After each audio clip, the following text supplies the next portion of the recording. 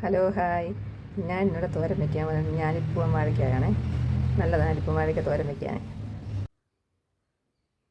അപ്പം നമ്മുടെ തോരനുള്ള കായ ഞാൻ അരിഞ്ഞ് റെഡിയാക്കി വെച്ച് നമുക്കിത് അടുപ്പത്തോട്ടിടാം. അപ്പം നമ്മുടെ തോരൻ വയ്ക്കാനായിട്ട് ഞാൻ ചീനിച്ചട്ടി സ്റ്റവ് കത്തിച്ച് വെച്ചു. നമുക്ക് ഇച്ചിരി എണ്ണ ഒഴിച്ചിട്ട് അതിനകത്തോട്ട്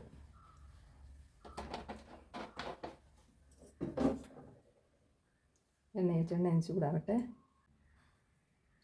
അപ്പം നമ്മുടെ എണ്ണ ചൂടായി ഞാൻ കടുക് ഇട്ടെടുക്കാൻ പോകുന്നത്.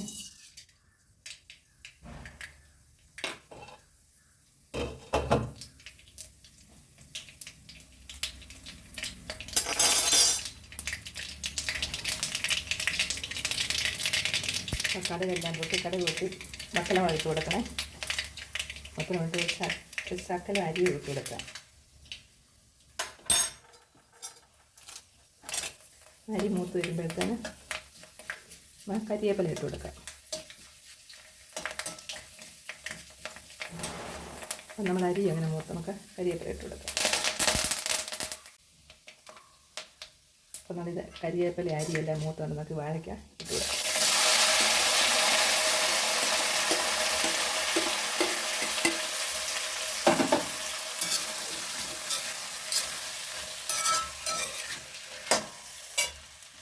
അതിനാവശ്യമായ ഉപ്പിടാം.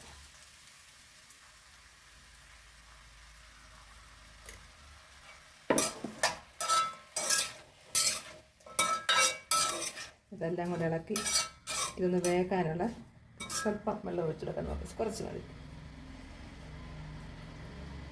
മതിയായി. എല്ലാം കൊണ്ട് ഇളക്കി നമുക്ക് ഇതൊന്ന് അടച്ച് വയ്ക്കും. അപ്പോൾ അത് വിട്ടുന്ന് വേകട്ടെ. അപ്പം തോരൻ്റെ ഇത് വെന്ത് വരുമ്പോഴത്തേക്ക് നമുക്ക് നല്ല അരപ്പ് റെഡി ആയിക്കൊണ്ട് വരും.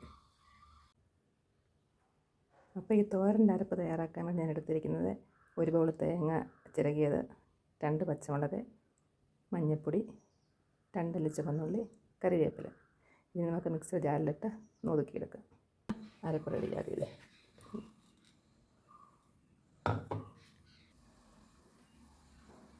നമ്മുടെ തോരൻ നമുക്ക് വെന്തോന്ന് തുറന്ന് നോക്കാം. നമ്മുടെ തോരൻ വെന്തിട്ട് നമുക്ക് അരപ്പ് ചേർക്കാമേ.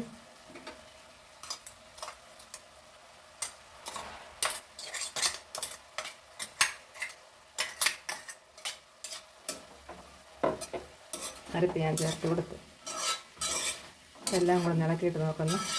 തേങ്ങ ഒന്ന് ചെറുതായിട്ട് വേകാൻ വേണ്ടി അടച്ച് വയ്ക്കാം. തേങ്ങ ഒന്ന് വേഗം നമുക്കതിൽ അടച്ച് വയ്ക്കാമായിരുന്നു.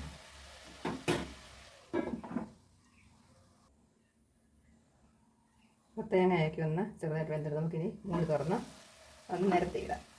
ഇച്ചിരി വെള്ളം ഒന്ന് വരുന്നതൊക്കെ അതിന് വേണ്ടിയിട്ടാണ്.